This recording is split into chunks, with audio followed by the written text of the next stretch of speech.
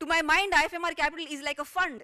It's like, you know, your Nifty is a fund with underlying equity stocks. IFMR Capital is a fund with underlying MFI exposure. We have the good fortune of having this rich amount of data sitting with us. And you know, we can do all kinds of slicing, dicing to sort of get a sense of how can we really pick up high quality pools? How can we really put together a portfolio that's really, really diversified from an investor's perspective? And what you see here is various MFIs, and I'm not going to talk about who these MFIs are because we know that every single MFI on this actually qualifies as per the IFMR Capital underwriting guidelines, so it is a high quality originator. But there are pockets, bits and pieces where you see certain MFI performing very well in one state and not so well in another state. And when we do the pool picking, you know, we use data of this sort to really decide how to pick and choose the pool. So what you see as an end product coming to you is something that's gone through a lot of iteration, a lot of scientific analysis to really throw out that pool.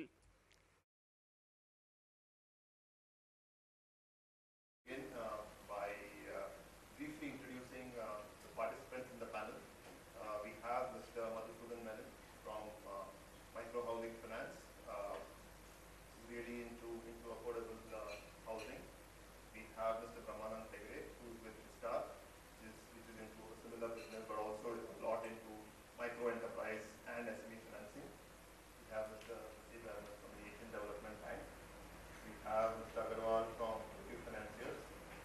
I was Sanjay thinking a lot as to how to describe AU Financiers, but let me just say that it is one of the fast-growing and upcoming leading.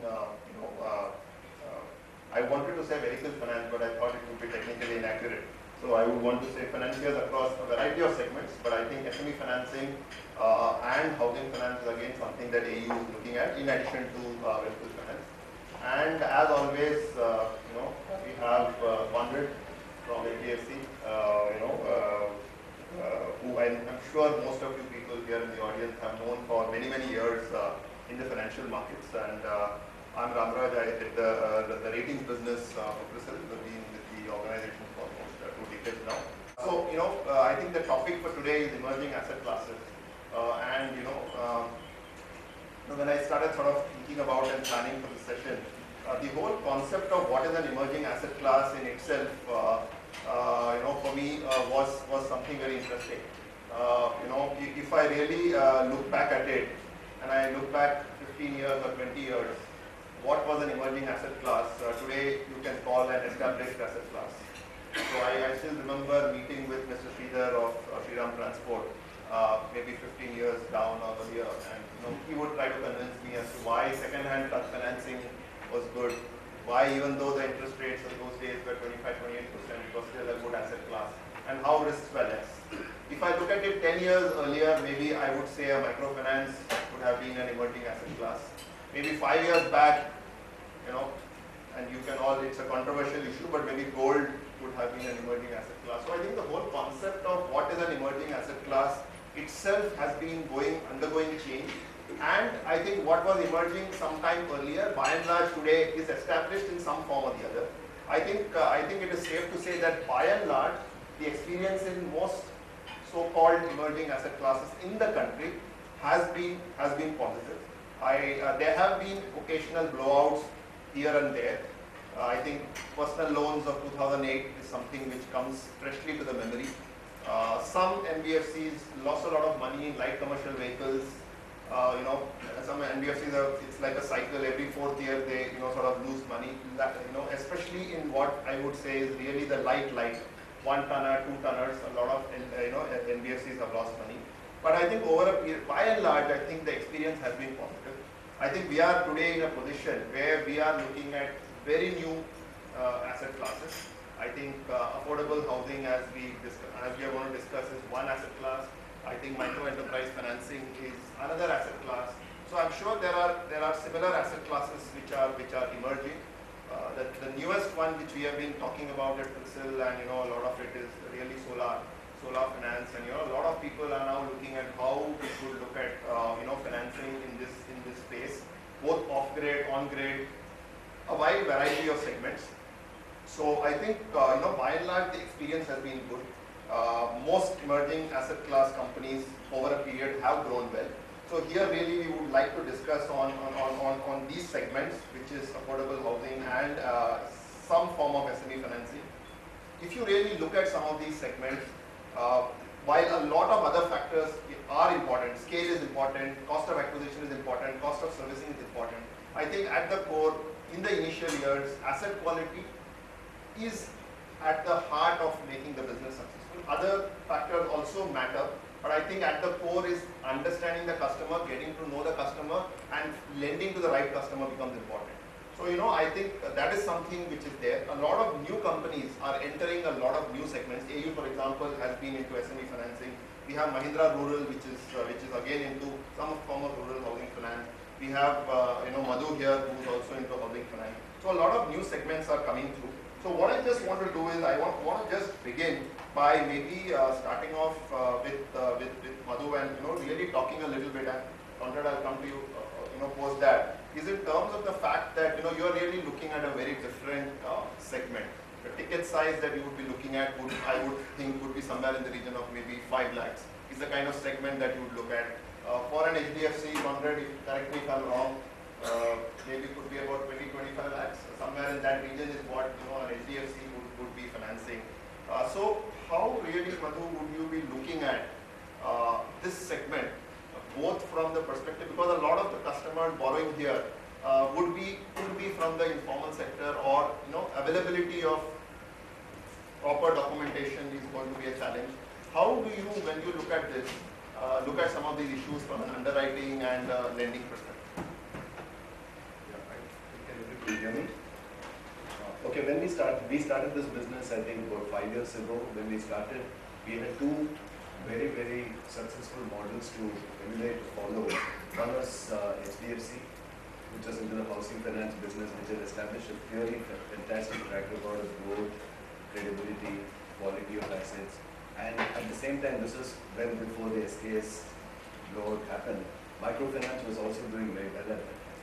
So what we were trying to do was marry the best practices of a good housing finance company such as an HDFC and the credit practices of a microfinance kind of approach to understanding customers, their cash flows, and their ability to repay on loan, marry the two together, add a bit of intelligent technology which kind of predicts customer incomes and customer behavior to some extent, and try and see whether the fact that Indians are credit conservative and extremely credit conservative when it comes to mortgage financing, does that apply to the informal sector? That's the challenge that we face. And 5 years down the road, I can sit here confidently and say that our portfolios behave well, which means we have zero default as of date. I'm going to go back to Shema and find out about this default instance business and try and analyze our portfolio to that. But frankly, we have not had any blips in customer behavior, either because we have been too conservative. That's also a problem, because our front office might have been too selective in terms of who they let through. But what we are dealing with is a bunch of customers who have absolutely no income documentation, but obviously have incomes. The only problem they have is they don't have documents to prove that. So typically it could be a vegetable vendor, or it could be a taxi driver who cannot prove that he's making, let's say, 12 or 14,000 rupees a month.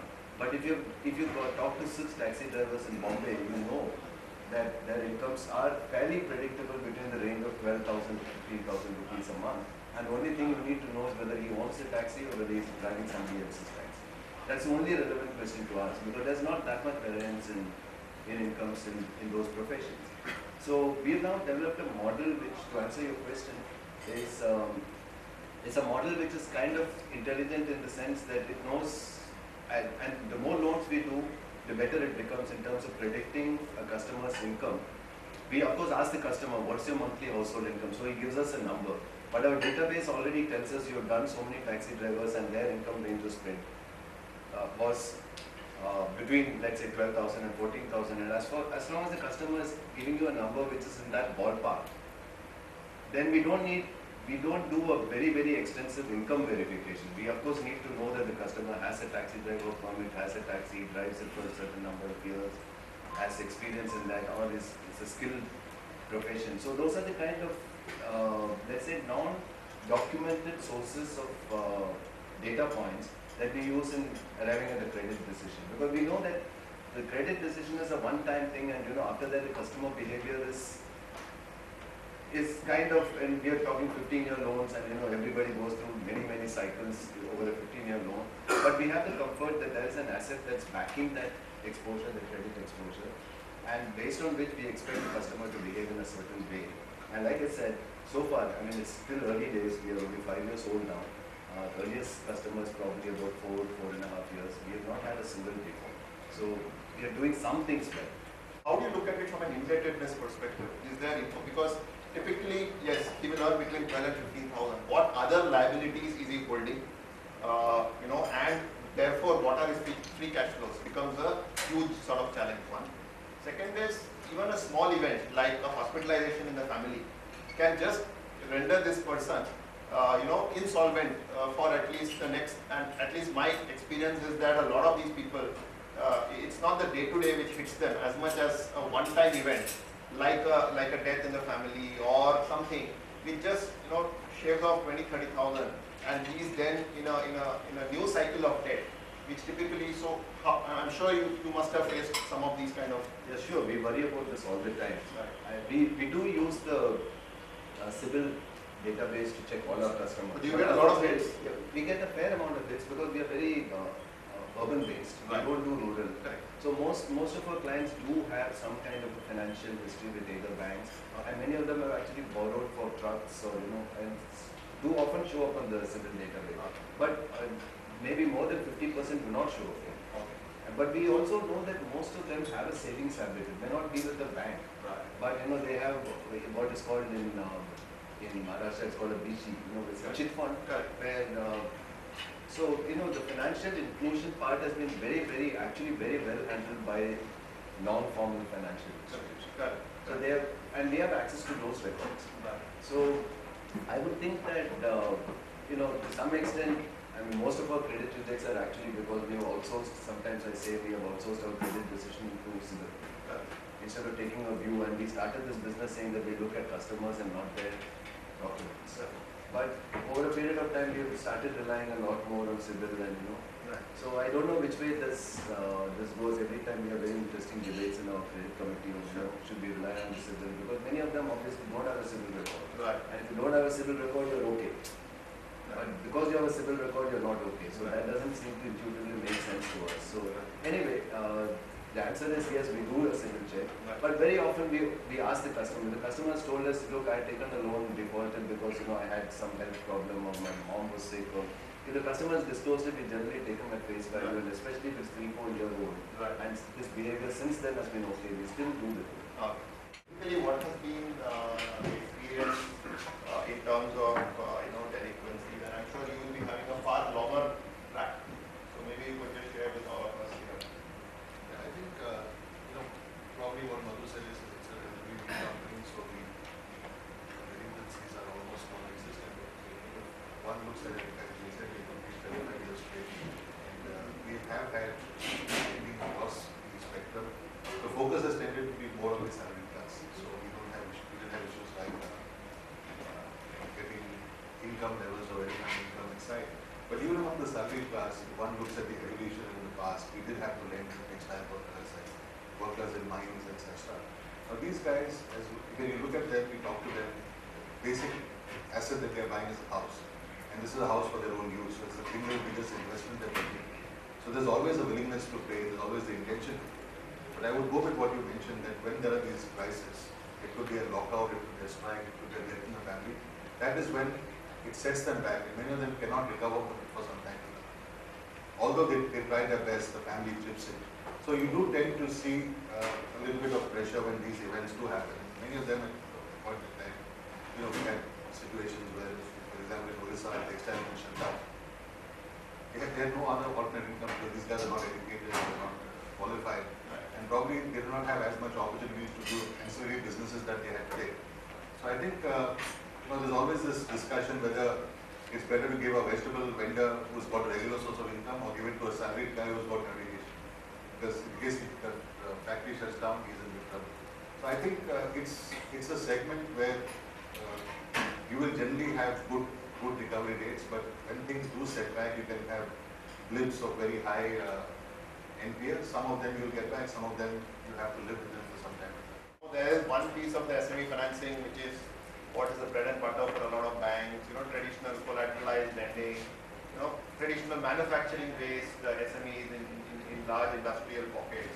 But I think, what the kind of segment that you're looking at is really smaller than that, really micro kind of thing. Now, I think we all agree and understand that no businessman, whether he's small or big, even a street vendor, will run the business for the purpose of loss. That means he has the way of maintaining his own accounts in terms of how much he purchases, how much he sells, what profit he makes. He runs the business only when he makes profit. We leverage this understanding, we thought, if that is true, how could I really identify documents which the customer maintains, which I could use it for the purpose of evaluation of the customer? There is one thought where we gone into this, then we find that the sector is so heterogeneous. We cannot adopt one benchmark here for all the customer segments. In fact, if you see on the urban side, most of us who are bankers, we all know that typical income documents we all prefer to, irrespective of what customers are looking at. IT returns, VAT returns, bank statement. If these three things are not there, we normally say, okay, it's not good customer. But unfortunately, most of us customers don't have any of these things. Even if they have bank accounts, there's hardly any transaction. So we followed a sector-specific approach. We tried to understand what kind of documents or information exists in that specific sector. We could leverage for the purpose of evaluation. It is in terms of ability to assess, ability to do the Second was, most risk guy will say, if there is no track record, he is a high-risk customer to them. Again, we have to address this because we have no track record. In fact, segment shows that 5% penetration. In fact, if I go and do a CIBIL check, I do get about 8 to 10% hit. Only hit we get is primarily the two-wheeler loans, with every exception of one or two other loans which we get. In a market which we operate, because we are more focused on rural and Singapore. Then we said, okay, how do I address this? In our understanding of the customer segment and their behavior, we find that while of course these customers are normally prompt in repaying, but we need to have some kind of a threat, because if you look at why would a loan given by a money lender is repaid promptly? Well, there is some local controls or thing we exercise with the customer, so customer never tend to default. So only thing we can think of is, can I take some security? Because we being a formal institution, we cannot follow a money lender's policy. So we look at the collateral. In fact, the issue which HDFC Bank, the kind of collateral these people have, sometimes if I use a urban benchmark, urban mindset in that process, I may not be able to accept large proportion of that security as a collateral form. Then we try to go in depth, try to understand how do I assess the customer's collateral, which I could say that it is acceptable to me, and it gives me a comfort that there is a moral binding on this customer to repay me back. In fact, we have to do a lot of study, talking to cooperative bank branch managers, national bank branch managers, some of the local lawyers. They have been able to come out with a model which I think we believe it is working well so far. And of course, this is all okay as a theory. It is not that I am going to personally evaluate and fund this customer. I should say that my last mile person, who is actually the person who is going to evaluate, is able to do it in the manner in which I want him to do it. The biggest challenge for us was, how do I really get a credit manager and train him? And how do I make him do consistently the right thing, at least at 90% kind of an accuracy level in terms of there is where I think the whole templatization of the trades which we have done and the training methodology we have put in place for training of credit managers, that will help us. I think while it is too early for us because we are just 2.5 years old as a company, and in this specific business maybe about 19 months, but the initial trends are that as of today we don't have any audits beyond 30 days. It shows that our model is working well. The challenge is to sustain for long. How much is the element of local expertise and knowledge? How important is that? And more importantly, is this something which I think, as like we have been speaking about, can it be scaled up in a manner that you can really build a large enterprise which has local expertise but still certain broad principles based on which it is lending? Initial days when we started with Beagle, right, it's a small SME. It's a Beagle Finance is a very lower word in my terms because it's a business refinancing transport. So I think the same challenges were also there, and the same challenges are also in the MSME which Yogesh is doing. So we also started, I think 3 years back, and we now enjoy a portfolio of somewhere 400 crores. But our advantage was that we were having a background of our vehicle industry of good 12, 13, 15 years. So we had an existing customer base. And why we started this book? Because our own customer came back to us saying that they have other businesses in their families. And we have a track record with you, and we are not being entertained by the banks because the amount of finance is so less. So can you entertain us? And we can give you some collateral. So I think our product profile started from this kind of initiation. And first couple of months, our team was really thinking through that. What are the challenges? Because in vehicle finance, you have a recourse on the asset very quickly because it's always available on the road. But this kind of collateralization, it's very difficult to get the access to asset. And being an NBFC, when surface is not applicable to you, so it's very difficult. But when we met the customers, so it's very, very difficult to assess the customer from your own chamber or from your own offices. You have to go to the markets. Just understand. So I'll go with all the things which is said. There are some mechanism available on the ground to ascertain the cash flow of the customers. No businessman will do the business on the mind. He will write something on a daily basis. What are his daily receipts? What are his daily expenses? We call it kachi bhai, right? And which is not accessible to the income tax people, but it can be accessible to you if you are a financer. So whenever we approach the market, we always say them, you cannot keep in mind. We want to see your hisab. So he will give you some some you find out what are the receipts. You find he has a receipt of 20,000, 30,000, 40,000 of purchases, then the sales. We can very well assume what are the levels of his income. There are certain customers who has good bank track account. I'll not say the point I'm making is some 10,000, 12,000, 15,000 salaried guy in Jaipur won't be a good customer, but somebody who is away to 60 kilometers from Jaipur, who has a net worth of 50 lakhs, 1 crore, but he is not doing income tax because of his own traditional thoughts. But when you meet him, you can easily guess he is a London guy. He has income flow. He has already built a good network. You have to believe what you see. Sometimes you don't want to believe. You just want to believe the papers which is being produced to you. So you have to take a call on the ground, and then scalability, because how to team your people around you.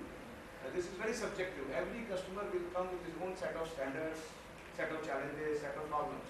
So how to overcome that? Then I think what we done internally was that we really changed our model from sourcing to the collections to the credit. We made one line. Let's have a relationship model where we framed out some clusters.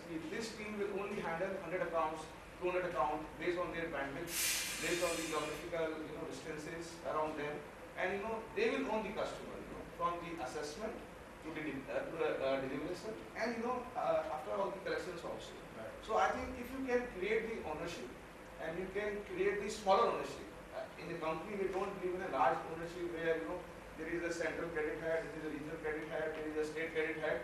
I think all will work on Excel. So I won't want that kind of working in place. You should empower, train people on the ground, let the ownership there, and then if you price your product in a way, you should not price a product saying this is secured product and this is we can collect 14-15%. You should see what type of rate you can fetch from there, because there is an inherent risk that is there. In several of these segments, we've seen a variety or a mixture of what I could call a mixture of regulatory risk, the social risk, legal risk, a mixture. I mean, an MFI is one element. We all are aware of what has happened in that segment.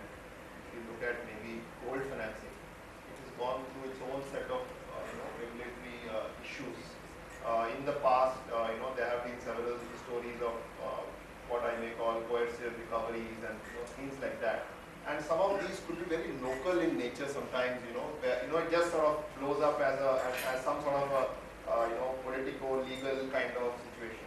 Is that something at all which is something, I mean, I know that it's all still very small and may not be relevant, but, at least, we keep sort of thinking about it because, there are concentration risks. So while yes, at a micro level, the underwriting is there, there is still a concentration risk of maybe a region, it could be of a locality, it could be of a particular nature of customers.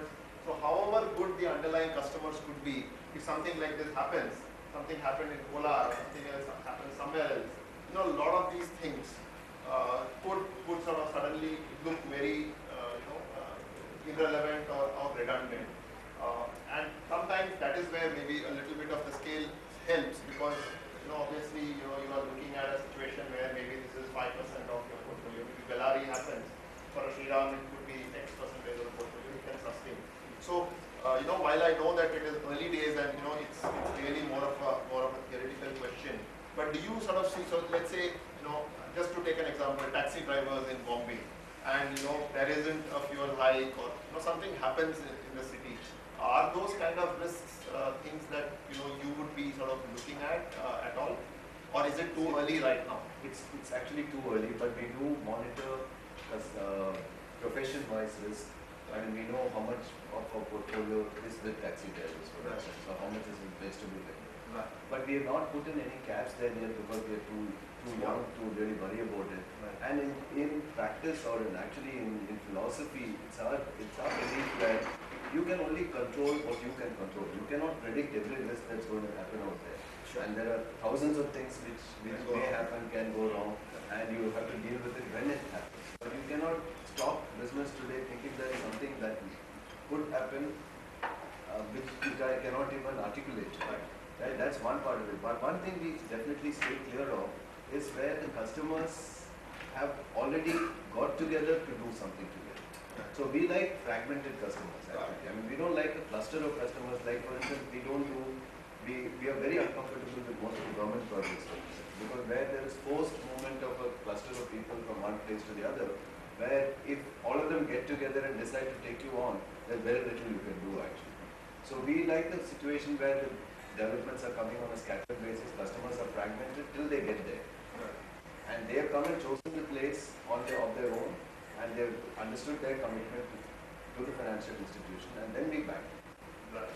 That's how we think we can control the risk. But I mean, many of these things are not Correct. No, I was just raising this issue more in the perspective that if you look at some of the past experiences, at some level, these could actually impact far much more. So 3-4 people who have some connection with maybe from a political perspective otherwise, and they're not paying, you get into it, it just becomes something. But obviously, as you said, maybe it's completely hypothetical at this point. So from your perspective, any thoughts on this? It's different because they are into housing, we are into business loans. Right.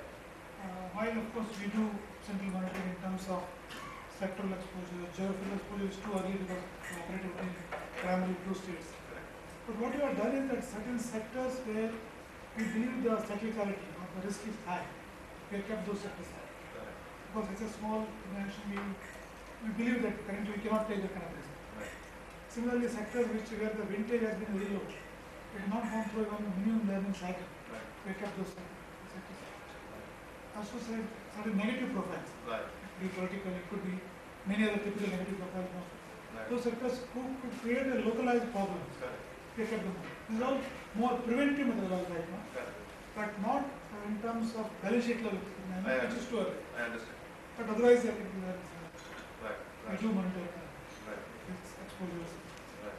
Sanjay, any I'll say because on a regulatory side, that's a risk we always perceive but you have to very carefully see RBI's perception regarding the assets which are emerging. Right? So if you are in those kind of assets which helps the customer to earn to do their livelihood, and then there is scarcity of the credit, they always will allow you. Right. And you have to be reasonably priced. So I think these 2 things we as a promoter or we as a group of financiers has to understand. Sure. There is no value to greed, right? There has to be some stoppage. So I think like if you you see over the years, last 10 years, all new assets, like microfinance, gold finance, personal loans, why they had a hit? First, they were not seated enough. Second, that was not accepted by as a regulatory and in the Indian socio-economic environment also, where anything charges above 30%, 40%, even old Mahajans were also being have a target, in early days. Either Mahajan, पैसे का काम करते हैं. So if you are again want to do in some English culture, then again you have the same fate. Correct. So, but if you are reasonably priced and you are in those kind of assets, so I think regulatory framework will be less, and the kind of sector we are talking, MSME, retail finance, housing finance, this will be first target kind of things for RBI as a country. And then after the second aspect on the ground side, so we made an approach where we don't have any negative list, honestly, Right. because we believe if you want to leave somebody, so it has to be on a case merit. If you don't want that particular person, or you don't want that particular sector with that person, and you don't want to be in this kind of people with you, like this kind of equity contribution, whatever, you have some credit check in place. Right. So you should dealing yourself that kind of sector on a case specific. Because again, one thing is might not be applicable to other areas. So what I have told you earlier, I believe there should be a bandwidth issue for every cluster, and it's very person specific. You should not frame a policy where you say this cluster will have 100 crore kind of book. It's a very has to be a person orientation. That person might have a 50 crore benefit, one person might have a 100 crore benefit. So you be very carefully crafted that, and then I think that empowerment, that teaching, that DNA can help that cluster to decide what is bad and what is good. And then if you have a smaller relationship, you can manage relationship, right? Because this is all things comes when the power is up and the solution is down, right? And when you don't deliver the solution down the line, then this all creates all this kind of trouble. So in my opinion, so we have to, there is no rule book for that. So we have to deal as it comes, and the overall culture of the company should be like this. We have to address every issue, getting to the customers, and we will do it according to time. So then you can find out the solution of it.